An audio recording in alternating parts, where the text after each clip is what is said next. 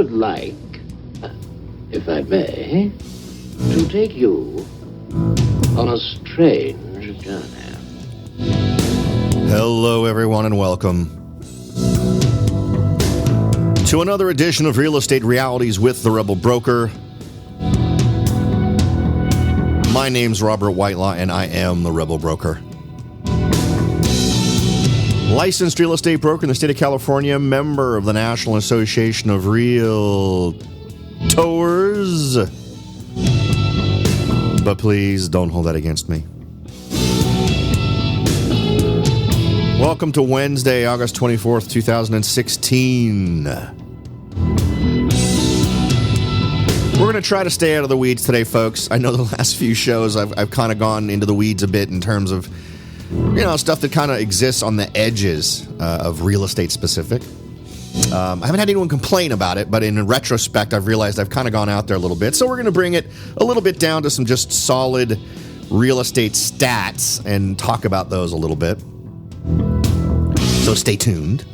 If you'd like to get in contact with me, the best way to do that is to head on over to the website, www.therebelbroker.com. Click on the menu item, Contact the Rebel Broker. You'll go to the contact page. You'll be able to send any ideas, suggestions, observations, or questions that you might have, and I will be more than happy to respond, give you my input, maybe some suggestions, those kinds of wonderful things. One thing we did talk about yesterday that I'm still kind of interested in is the Vancouver stuff as it relates to, because it's such a correlation between specific action and a result. It's pretty stark, and everything being in a free fall like that is very concerning. And it just makes you realize how you can easily translate that into other areas where just one thing flies into the mix and suddenly something that seemed like a relatively robust marketplace can just take a complete nosedive. So looking at these things and trying to figure out how they're going to affect a marketplace, I think makes a lot of good sense. It's a great way, depending on how strongly you feel they're going to potentially influence things, sort of trying to spot those things, not necessarily the exact same thing, but realizing that there's a lot of different elements that play into what makes up your marketplace. And if you're convinced something negative is going to happen that would definitely affect the strength of your local market, it's in your best interest to act on that in a lot of cases. Of course, it's going to depend on what you see in your market that's going to have its biggest effect. Today, I think the first thing we want to talk about is home sales. And specifically, we're going to talk about two things. We're going to talk about new home sales. There is a lot of happy, joy talk about new home sales. And it has probably, whenever something gets like super hyped, I always like to read as much on it as I possibly can, just to see where the real news lies. Now, the big data that everyone is touting, and this is coming from everybody. It's coming from Housing Wire. It's coming from Calculated Risk. It's coming from what else? I mean, there's I've got like 7 or 8. I know there was one from NBC. So there's a lot of different articles out here, and it's rare to see them just come out so bunched. But I guess since the data came out, everyone just sort of jumped on the bandwagon at the same time. So I don't think there's any reason to second guess it there. But it is kind of interesting. The one we'll jump off with here comes to us from Housing Wire. And what's interesting is that new home sales posted their biggest July gain since the housing bust. So since we saw the big downturn, this has been the biggest new home sales. I keep making sure to point out we're talking about new home sales, because we're going to compare and contrast that to not new home sales in a second. And those numbers, they're painting a slightly different picture. So according to the latest estimates released jointly by the United States Census Bureau and the Department of Housing and Urban Development, new home sales in July were at a seasonally adjusted annual rate of 654,000, which is up 31.3% from July 2015. This is also 12.4% above the revised June rate of 582,000. Okay, what's interesting is they follow this up in the next line with the margin of error on these findings is 12.7%. But that's a pretty big margin of error. But when evaluating this, it does mark the best month of new home sales since October of 2007. According to the Trulia chief economist Ralph McLaughlin, Quote, this is a continued sign that demand for new homes remains solid in a low interest rate, low unemployment environment. July's surge in new home sales continues to support the sentiment that demand for homes is strong, despite home buyers facing low existing inventory. Yeah, and we could have a discussion about maybe some of the assumptions that he makes in those quotes in terms of each element and how important we think it is. But the bottom line piece of data to take from that is new home sales are through the roof. Okay, so let's take a minute out and let me use my local area as an example. So what I did is I went ahead and logged on to my fancy MLS service that's out there for all real estate agents and decided to do a little bit of number crunching. So I went and did the number of sales, not the amount, not the dollar amount, none of those kinds of crazy things. I just wanted to know the physical number of sales that occurred each year, going back as far back as they would tell me. And this data goes back to 2002. Now, this graph peaks early in 2005 with 22,018 sales of homes in all of Santa Clara County. So if you ever feel like heading over to Google and Googling Santa Clara County, that's a huge area. That's Silicon Valley, basically, is Santa Clara County. tend to be towards the south end of Santa Clara County. It includes places like San Jose, Cupertino, Sunnyvale, Santa Clara, all these various areas we've talked about before. It does not include San Francisco. San Francisco is its own county, and there's actually, 2, 3, maybe 4 counties between Santa Clara County and San Francisco County. But we're focusing on Santa Clara County. But I have no question that I could plug in these various different areas and we'd get similar results in terms of performance of the graph. So as I mentioned, we saw over 22,000 sales in 2005 of individual homes. If we look to today in 2016, and let's do 2015 just to be fair, because obviously 2016 is not over yet, but 2015 saw a grand total of 15,231. So far this year, and remember we're more than halfway through, the primary season is over, we have seen a grand total of 9,000. So it depends on how many more we've got set to have happen in 2016, but our numbers are exceptionally low when you look at them historically. They're not at their absolute lowest. From what I can see here, the year of 2008 appears to be our lowest with 12,034. But when you see the availability of homes being so low in the not new market, that absolutely explains the growth of new home sales, right? Because the bottom line is, if we just look at it in terms of homes, we're still seeing far fewer homes actually changing hands or actually getting into the hands of new buyers, right? We don't have a lot of standard inventory. So the only honest way to analyze these numbers is, okay, great, that's the new home sales number, but what's playing into that? Because that's not a representation of the entire market. A representation of the entire market is existing homes plus new homes. So what is driving the new home sales? Well, of course, it's the same thing we've talked about before. It's the dynamics between supply and demand. There are, if we really feel like breaking the marketplace into chunks, there is the new home supply and there's the existing home supply. And since there are so few existing homes on the market, the new home scenario looks best. And I'll tell you what, one other thing that I think is feeding this is the frenzy thing is minimized a bit. You go in, you look at new homes, you decide to buy it, you buy it, and it's done. They put a little sticker on that home, on the map. Usually, when you go into those model homes, the main one you walk into that's being used as the front office for showing off all these properties, they've got a lovely map of all the lots where all the homes are. Well, as soon as you get into an agreement, it just happens. They don't wait for tons of folks to come in and bid. They don't wait for bidding wars to happen. It's kind of a first come, first served thing. You say, you know what, I'm going to buy that. You do the paperwork and you get pre-qualified and everything's set to go, and they put a little sold sticker on there. So it's also something I've seen on the ground where the first instinct of folks I talk to who are trying to buy, or at least earlier this year. It's been less of a thing at this time of the year. But a lot of the folks that I talk to who are looking to buy aren't really looking at new homes because they realize usually there's a bit of a premium on those properties, and they're more interested in looking for an existing home.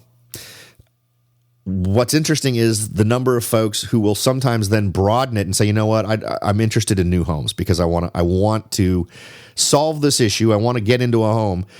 And if I need to do it by buying a new property, then I'll do that too.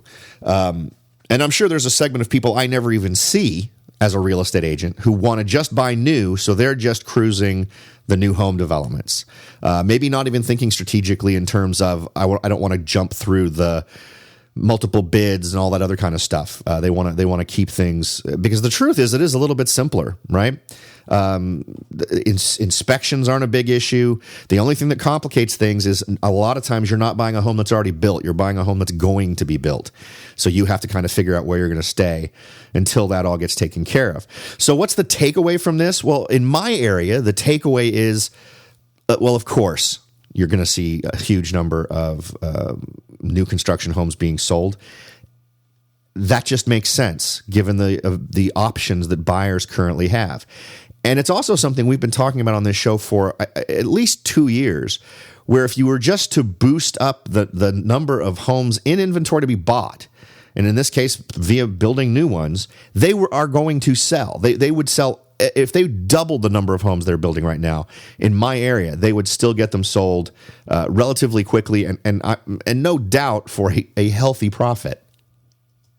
Okay, so in terms of establishing a sort of a foothold and understanding the market dynamics of why we've seen this big jump, that it's been pushed by a lack of existing homes, what's the next piece of data that would be important to take out of this? Well, for me, I'd like to know, what are these homes tending to sell for? Now, remember, these are national numbers, but the report also noted that the median sales price, now remember, median indicates the price at which half the homes that sold were priced above that price point and half the homes were sold below that price point, was $294,600.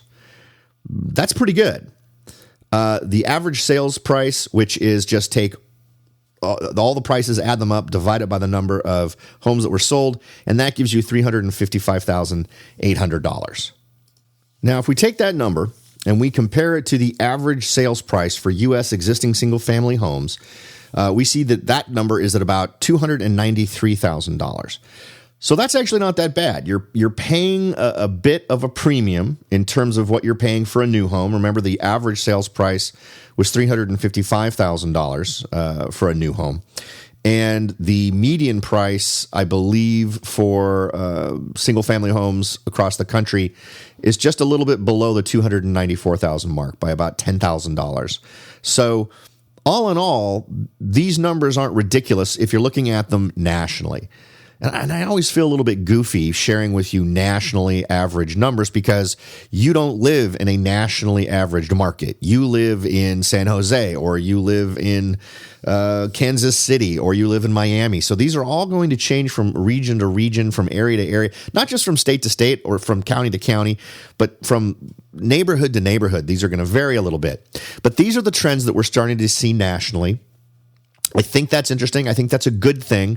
Remember, it wasn't that long ago that we were talking about new construction being far more focused on the higher end. Now, we're continuing to see that problem here in the Silicon Valley area. But apparently, nationally, it's becoming less of an issue. We're actually starting to see some folks building homes that at least are in that broader ballpark of being an average price for the country. So that's actually good news. I'm encouraged to see that. But if you blend, they don't mention this in any of these articles that relate specifically to new home construction and how great things are going in terms of sales. But if you're paying attention to the other news, what you're also seeing is a lot of these newer homes are much smaller. You're seeing that the 3 bedrooms, the 4 bedrooms are not the square footage that tends to be more common in homes of the same number of bedrooms in existing homes. So you're losing 300, 400, 500 square feet. The room sizes are going down. And I'm noticing that in terms of when you shop online, when you go and just Google search on new construction. And you can look for new construction in a variety of different areas. You can just go with different builders. And then those builders will have a specific website for each area where they're doing construction. And take a look at what you're seeing. You're seeing a very much of a townhome vibe in a lot of these constructions. If they are single family, they're tending to be smaller. Their lot sizes are smaller, and the homes are smaller on average. So it's great that we're able to at least get into something that you can own at a more reasonable price. But we are seeing this happening at the expense of size, which I guess on some levels makes sense if you're going to try to offer something that's a little bit more of an entry level opportunity. All right, folks, we're going to take a quick break right here, but we're going to cover this a little bit more and maybe another story or two as soon as we come back. Are you ready to jump in and start your search for your first investment property? Maybe you've decided that it's time to own your own home, or maybe you're ready to sell your home and move on to something new. No matter what your goal is, the Rebel Broker can help. That's right, aside from hosting this show, I am also the owner-broker of Whitelaw & Sons Real Estate Services right here in Silicon Valley. With over 25 years experience serving Silicon Valley, Morgan Hill, San Martin, and Gilroy, I or one of my great agents can help you achieve your goals in real estate. So if you're ready to look into taking that next step towards achieving your real estate goals, point your browser at www.soldbyrobert.com. That's www.soldbyrobert.com and get in touch. Let me show you how I will earn your business and your respect. Again, that's www.soldbyrobert.com, or you can call me at 408-852-0525. California Bureau of Real Estate ID 00984-909. Welcome back, everyone. We're wrapping up our discussion about new home sales, posting a gigantic leap in July. But there is some sanity in some of these articles if you're willing to read all the way through to the end. The article we've been focusing on today is the Housing Wire article. There's tons of them out there from all kinds of different outlets, so feel free to go out and check them out for yourself if you're interested in reading it word for word. The article goes on to state later, towards the last couple of paragraphs here, quote, "While this is positive news in today's current market, low inventory environment, the industry has a lot further to go. Inventory overall is also up meaningfully since last year, but it's important not to get too excited by one report. Yes, new home sales activity is at its highest in years, but remains lower than at any point in the decade plus between the early mid-1990s and 2007. Rather, she explained that the industry is going to need several more months of even higher sales activity, closer even to 1 million units, before it sees meaningful dents in the inventory limitations." And that's exactly what we've been talking about here. Again, that's a long-winded way of saying it's all about the supply. Whether that supply comes from new homes or existing homes, the vast bulk of buyers don't care. They just want to buy a home. So they're sort of being forced into this. So what you're seeing is an artificial boosting of new home sales simply because there are not enough existing homes to make it happen. So what does this mean for you as a buyer, seller, and investor? Well, if you're someone who owns property in these various areas and you have concerns about what's going to be happening with the marketplace, as I do, because absolutely rest assured that the things I say here on the show are oftentimes a mirror of what I am thinking in my own real estate business. And I have to say that for me, I am seriously tempted, given the current low inventory, given the continuing demand on the part of buyers, despite the fact there may be fewer buyers out there, that number hasn't dropped enough to compensate for the low amount of inventory that's out there. Homes are still selling with multiple offers. I'm not certain that this is a sustainable thing. However, one thing we can rest assured on is no matter what happens, there's always, and it's going to depend on your area again, but I know in my area, when I plot the numbers, when I plot average sales price, when I plot sales volume, all of these various things, even when I plot the most extreme downturn ever of my lifetime, which was the 2007, 2009 timeframe, there's a recovery that comes up afterwards. Some of them are longer lived than others. The cycle is kind of interesting to note in terms of graphs, but it always does ultimately continue to do an upward move.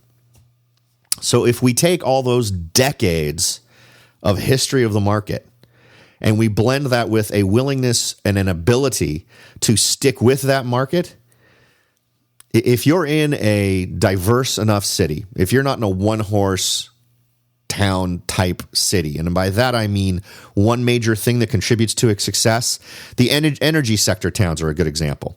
I would have been very hesitant of jumping on board with the energy sector cities that kind of grew out of nowhere because they were at a relatively low level before. Energy demand stuff causes a boom, things go up, and then as soon as that energy stuff sort of fades away, it drops right back down. Here in Silicon Valley, it's a relatively diverse place in terms of economy. Even when we had the tech bubble, which was huge, it caused a bit of a downturn. But if you look at it historically, relatively speaking, it was really kind of a blip because there's just too many other things that also go on here in terms of it being able to really push that market down to the point where it's going to stay down. So you need to decide what your local truth is. Are you really a town that relies on just one or two things to sustain it in terms of jobs, in terms of success? Because those are going to be things that are going to help you decide whether or not you think there's a lot of future growth for you in your real estate. So what would I be doing? And what am I doing as it relates to real estate and possibly taking advantage of near-term things? First, you need to figure out if you are planning on making a move, if you're planning on making a change, and you plan on doing it within the next few years, does it make sense to come up with a plan B that might take advantage of what you think is likely to be a peak in the marketplace? Now, in my case, I wouldn't be surprised, and given the price point that my home exists at right now, it wouldn't surprise me if I could expect to see a little bit more growth, perhaps over the next 6 months to a year, but that then I wouldn't be surprised if we then saw a decline based on some other occurrence in the marketplace. Now, do I believe that would be a permanent decline? Do I believe that I would lose money? Well, only if I decided I had to sell this property right then. If I had the ability to hold off and hold on to it and stay and weather it out, I have no question in my mind that over the course of some number of years, it would recover and everything would be fine. But the question is, what makes the most sense? Because as things exist right now, maybe I want to try to leverage off of the fact that we're starting to see a little bit of a slowdown at certain price points relating to the areas that I'm interested in, but I'm still seeing enough interest at price points and in my community where I could sell my property for what I think is going to be a near-term peak, take advantage of that, and then purchase one or even two other properties that will fit the bill for me in terms of providing me with a home, but then also allow me to have an investment property. So that's the kind of math that I want you to be doing in your head. I want you to think long term. What are my long term plans? Do I plan on keeping this home forever? Well, then if you do, completely ignore what I'm saying. Go with it. You've got a plan. Stick with it. But if not, if your plan was always to take a property you currently own and then use the equity you've built up in that to potentially buy two other properties or to expand into a different area or to purchase in an area that you think is more lucrative than where you're currently located, maybe you want to accelerate that plan in the face of, I think, an elevated level of uncertainty in terms of what might be coming over the next couple of years. It might be a good idea to go ahead and acquire and have two properties instead of one, if that's something that you're able to do given the amount of leverage you currently have in what you're holding. So just think about that. Maybe that's some homework. That's some take-home work for you after today's show, is just examine what your plan is right now, what you've been thinking long-term, and maybe you haven't been thinking long-term, and maybe it's time to do that. Take a couple of minutes out, think about what your plans are and how you might change them and how you might come up with a plan B that would take advantage of what might be a not long-term change in the market in terms of you being able to get more for your property now than if you were to wait for a year. And then do the analysis, do the homework, check into your local marketplace and see how much confidence you have that your marketplace is going to stay up. All right, folks, I thought it might be fun to wrap up today's show with a quick look at Condé Nast Traveler, the 2016 friendliest and unfriendliest cities, because you know what? Who wants to invest in an unfriendly city, right? The friendlier the city, the happier people are to be there. And hopefully that translates into folks that are happy about paying their rent and happy about buying your flipped property. Number 10 on the list, is Burlington, Vermont. A live and let live feeling pervades this New England college town. And I immediately like it just because they refer to it as a college town. I think having a college town vibe in your area is one of those things that is on my checkoff list of places that where I like to see that as an element of the community in an area where I invest. Number 9 on the list, New Orleans, Louisiana. Favorite overall reason to visit New Orleans, the awesome and friendly people. I love the architecture in New Orleans. I'm a bit of a sucker for New Orleans, so I can see why it would end up on this list. Number 8 of the friendliest cities, Jackson, Wyoming. The people are friendly and the views are out of this world. Below the breathtaking Tetons. It's a genuine taste of the original American West that includes fantastic nightlife for the younger crowd. And let it be known that a raft trip down the Tetons was the most enjoyable experience one reader ever had with his clothes on. So, and also, if I'm not mistaken, Jackson, Wyoming was also on a list that we covered. It's got to be 3-4 months ago now that crossed over. It was one of those places that had the most activities. It had a high number of things to get out and do in nature, but it was also one of those places, if I'm not mistaken, that was also drawing more millennials. So it has some interesting crossover there with some previous lists that we've considered. Number 7 of the friendliest cities is Asheville, North Carolina. I've never been to Asheville, North Carolina, but apparently it's very friendly. Number 7 on our list. Number 6 on our list is Santa Fe, New Mexico. I've been to Santa Fe a few times, and I get it. I understand why Santa Fe, New Mexico would be considered a friendly place. The article states that readers appreciated the peerless vibe. Quote, "This is an amazing town that is totally different from the norm, and the spiritual scenery of the surrounding countryside. The atmosphere, friendliness, and artistry, especially in the town square, along with delicious local food, draws us like a magnet. It's just one of those places that has captured our hearts." If you're someone who also enjoys a lot of turquoise, dream catchers, and people who rub crystals, Santa Fe, New Mexico might just be for you. Next on our list, number 5, Austin, Texas. Big fan of Austin, Texas. I like Austin. A lot of diversity there in terms of just the city experience that you can have, ranging from that crazy downtown condo, 10th floor vibe to smaller suburban areas at the edge of town. A lot of different ways to live in Austin. Plus, you can head north to one of my favorite areas, Round Rock, where you're just 10, 15 minutes from Austin, and that the cost of living there is so much lower than so many other places. I think it makes a great place to live.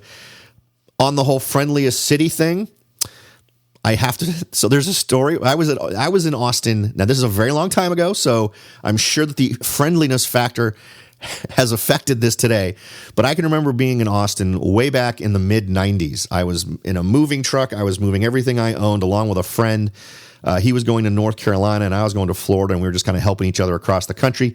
We had some friends in Austin, and we stopped there for a few days on our way with me going to Florida. And we were downtown. I can't remember what it is, 6th Street or 7th Street, where all the bars and all that kind of stuff is in Austin. But we were walking down the street on that big main road, right, that kind of heads up towards the Capitol. And it was you know how in movies all the extras always seem to be so pretty, right? The average person in frame in just about any movie tends to be extremely attractive. It was like that. Everybody walking up and down the street seemed to be way prettier than me, which I'm okay with. I carry my ugliness well, so I was willing to embrace it. But what shocked me, and some of these women looked like they just walked out of Cosmopolitan or Vogue magazine the way they were dressed. And I remember seeing 2 girls that were absolutely dressed to the nines, could have walked out of the pages of a fashion magazine, all done up. So we're not talking folks who you would think would engage in the activity that I watched, but one of them got angry at the other one and yelled at her something about in the range of, "Are you eyeballing me?" and proceeded to beat the living crap out of her. And it was bizarre. It was like watching. Honest, if you had seen women walking up on the catwalk doing one of those fashion shows, it would be like seeing two of those women just suddenly beating the hell out of each other. And that was my big first night introduction to Austin, Texas, which was also weird because it had snowed that day. So I don't know if that's related, but there's one of my Austin stories. I've also been there for South by Southwest, which is one of the most amazing live music experiences you'll ever have if you ever get a chance to go to it. Okay, next on our list, number 4, Nashville, Tennessee. Not a lot of personal experience with Nashville, Tennessee. I was in Nashville, Tennessee for an event way back in the early 90s, once again, but didn't get a chance to really go out and experience the town firsthand. But I've talked to folks who love Nashville, Tennessee, and cannot rave enough about the cool people that you meet when you're hanging out in Nashville. So these are folks I trust, so I'll go ahead and put a Rebel Broker stamp of approval on Nashville as number 4 for the friendliest cities. Number 3 for friendliest cities is Savannah, Georgia, a town that absolutely breathes Southern charm. The Weeping Willows and all these other. I've driven through the town. I've been there a couple of times. I love it, but Lord help me, humidity. Just please stop with the humidity. I don't know how friendly I'd be if I had to live with that kind of humidity on a day-to-day basis. Number 2 on our list of the friendliest cities, Park City, Utah. If I'm not mistaken, this is another one that made our list of tons of activities to do, whether it was bike riding or skiing, all that kind of wonderful stuff. So no hands-on experience here, but according to this, they're number 2 in terms of friendliest cities. Number 1, town I have been to, and I love the architecture, Charleston, South Carolina. It's one of those places where folks actually talk to each other, tend to be friendly and outgoing, and very nice. And again, amazing architecture, whether you're interested in stuff that's turn of the century, and I'm not talking about this most recent century, but the last one. Lots of variety, lots of coolness. It absolutely has a feel all its own. So Charleston, South Carolina is number 1 on that list. All right, folks. Once again, thank you for making the show a part of your daily routine. It's only because of you that the show is growing the way it is, and I truly do appreciate that. Thanks for listening, everyone. I'll talk to y'all next time.